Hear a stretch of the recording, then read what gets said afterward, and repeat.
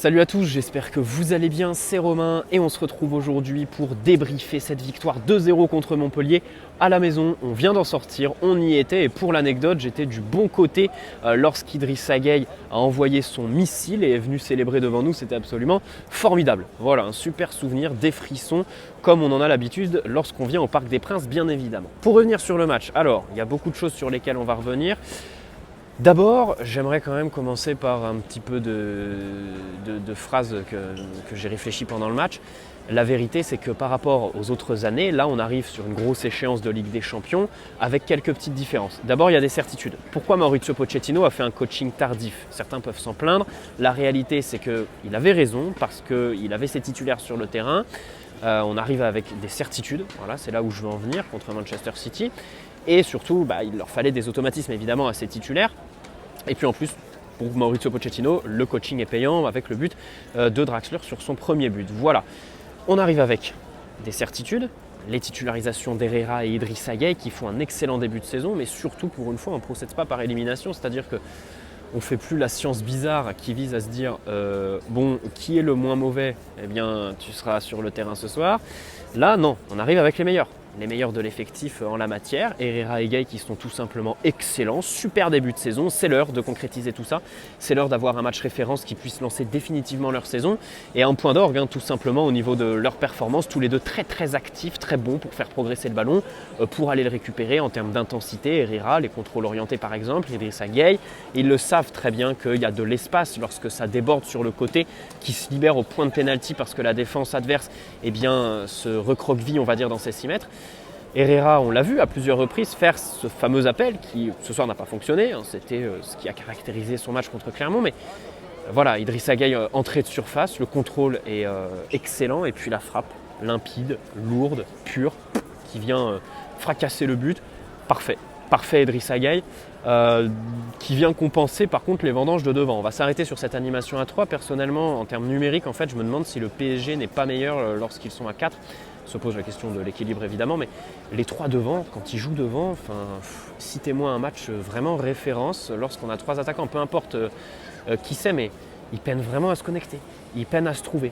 Ce soir, évidemment, vous allez me dire, oui, mais si dans le dernier geste, individuellement, ils réussissent, on ne dit pas ça d'eux. Mais la réalité, c'est que ce soir, au-delà de manque de justesse, de lucidité dans le dernier mètre, et puis les déficit tout simplement, les problèmes pour se connecter sur le terrain et puis pour se trouver, que ce soit dans la profondeur, au niveau du timing des appels, c'était assez compliqué, c'était assez hasardeux. Et ce soir offensivement, alors on retient le but d'Idrissa Gueye, on retient les projections des 2 milieux de terrain qui ont été excellents, mais perso je retiens plus, et c'est sur le podium des hommes du match selon moi, Achraf Hakimi, voilà, qui ce soir fait encore une fois un super match rempli d'endurance, d'explosivité, et quand tu le regardes, le mec 70, 80e, tu as l'impression que c'est comme si il jouait la 10e parce qu'il a un coffre absolument incroyable, tu as l'impression qu'il n'est jamais essoufflé, toujours dans le bon tempo.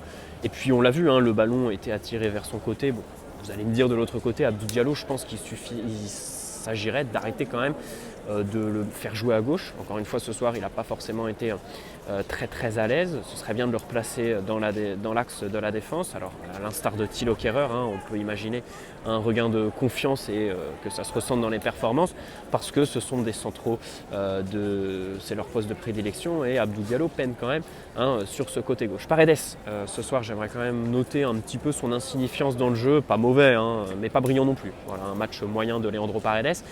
Dans l'organisation du jeu, il n'a pas tiré, on va dire, son épingle du jeu. Vous allez me dire, devant, Herrera et Gueye ont placé le niveau très haut en termes de prestations individuelles. Marquinhos, Kimpembe qui ont passé quand même une soirée relativement tranquille. Navas qui fait quelques arrêts, encore une fois, c'est à noter. Le choix de Mauricio Pochettino est clair par contre. On pouvait penser à une alternance la semaine dernière, mais là, Navas a enchaîné 2 matchs. Normalement, il sera titulaire contre City, et perso, c'est ce que je ferais bien sûr. Il a une revanche à prendre, et puis c'est son genre de match, bien sûr. Et puis en termes de confiance, tu ne peux pas fracasser Keylor Navas comme ça en titularisant Donnarumma mardi. Donc Navas est le numéro 1, Donnarumma le numéro 2. Kylian Mbappé encore une fois en pointe, bon c'était pas trop ça ce soir. J'ai bien aimé Assis, j'aimerais bien m'arrêter quand même sur la passe décisive de Neymar. En termes de finition c'est très compliqué, il y a la situation où il est trop individuel tout simplement, et puis où il est en manque de lucidité dans les derniers mètres, mais c'est pas nouveau, hein. Ça date, je dirais, pour le dater très clairement, depuis que le Covid existe. Je vais m'exiler un petit peu parce que la foule arrive, mais depuis que le Covid est là, depuis le confinement, Neymar quand même peine un peu, hein, déjà au Final 8, il y a des gens qui disent que c'est depuis qu'il est chez Puma en termes d'équipementier, et là, il ne met pas un pied devant l'autre lorsqu'il s'agit de terminer les actions. Il est plus du tout lucide, il est trop individuel, et c'est vrai que ça commence à devenir compliqué parce que là on arrive sur un match mardi contre Manchester City où on sait très bien qu'on va probablement pas avoir la possession et que nos meilleurs coups ne seront pas sur attaque placée, ne seront pas sur coup de pied arrêté, mais bien évidemment contre-attaque.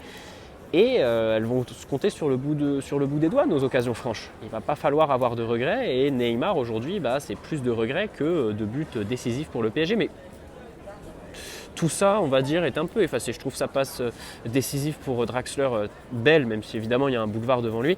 Cette zone du terrain, il la manie parfaitement. Voilà, lorsqu'il est dans cette position-là, qu'il est lancé, c'est un des meilleurs du monde tout simplement en termes de distribution, à la bonne époque en termes de finition, hein, quand il arrivait à marquer depuis les 18.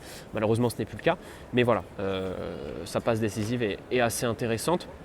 Bien aimé la connexion Di Maria, Achraf Hakimi, Mbappé. Pour revenir en fait sur le match d'Hakimi, qui est encore très très bon ce soir, c'est sa faculté à se connecter avec tout le monde, quoi. Mbappé, bon, on connaît leur connexion. Avec Di Maria, c'est pareil, il arrive à bien se trouver, à être dans le bon tempo. Franchement, Achraf Hakimi, encore un excellent match ce soir. Voilà, je pense à peu près avoir tout dit. Vu du Parc des Princes, c'est un peu tout ce que j'ai identifié. Abdou Diallo pas très à l'aise, ouais. Paredes insignifiant. Neymar qui pêche dans la finition. Alors il a aussi perdu beaucoup de ballons, hein, en première mi-temps notamment. Il a peiné à se mettre dans son match. Après, il a eu une petite période de 5-10 minutes où il a fait un petit peu du spectacle et donné du plaisir un petit peu à tout le monde, notamment avec le petit pont, des contrôles un peu do Brasil. Mais sinon, c'était assez pauvre. C'était assez pauvre ce soir, Neymar. Au-delà de la lucidité dans les derniers mètres, eh bien, voilà, il y a beaucoup de ballons perdus. Et tout ça, de toute façon, il va falloir y remédier. Bien évidemment. Voilà l'entrée de Mauro Icardi, Wijnaldum. Alors Wijnaldum, on l'a vu sur son entrée, attention, progresser sur le terrain. Attention, c'est une nouveauté chez Georginio Wijnaldum. On espère qu'il reprenne confiance très rapidement, mais dans tous les cas, voilà, ce soir, les enseignements, pas de blessés. Vous voyez, ça paye. Enfin, vous voyez, non, c'est plus au club qu'il faut le dire, mais ça paye de prendre des risques, enfin, si on peut appeler ça un risque, de titulariser les titulaires lors du match d'avant. Bien sûr qu'il faut le faire, bien sûr qu'il faut les faire jouer, comme ça voilà, ils prennent en rythme. Alors Neymar par contre est affûté, hein. Neymar, voilà, ce débrief est très axé sur lui parce que je l'ai beaucoup regardé ce soir, mais il est affûté, il fait de belles courses, et au début du match il se concentrait notamment sur le pressing. Il essaye d'être intelligent dans ses placements et ses déplacements. Lorsque l'équipe adverse remonte le ballon, il essaye de mettre une pression qui est relative sur le porteur de balle, mais il essaye surtout dans son dos de couvrir, parce qu'il sait très très bien qu'une fois que le premier rideau est dépassé, les Neymar, Mbappé et tout ça, ils servent un petit peu à rien parce que les contre-efforts, ils ne les font pas. Allez, j'espère que ce débrief vous a plu, on se retrouve demain pour non pas une, mais 2 vidéos normalement. Il y en a une qui est prête, une autre que je vais faire, que je vais enregistrer ce soir et que je vais monter demain matin sur évidemment la confrontation contre Manchester City mardi. C'est parti, le premier choc de la saison qu'on va vivre tous ensemble sur la chaîne YouTube. Il y aura un petit live avant match et puis bien sûr un max de vidéos pour comprendre les enjeux tactiques et puis les enseignements tactiques après le match, bien évidemment. Allez, bonne soirée à la team Notif, bon dimanche à ceux qui regarderont ce débrief demain matin au petit déjeuner ou je ne sais quand, comme vous pouvez l'écouter. Il y a des pétards à l'entrée du Parc des Princes. Ciao les amis.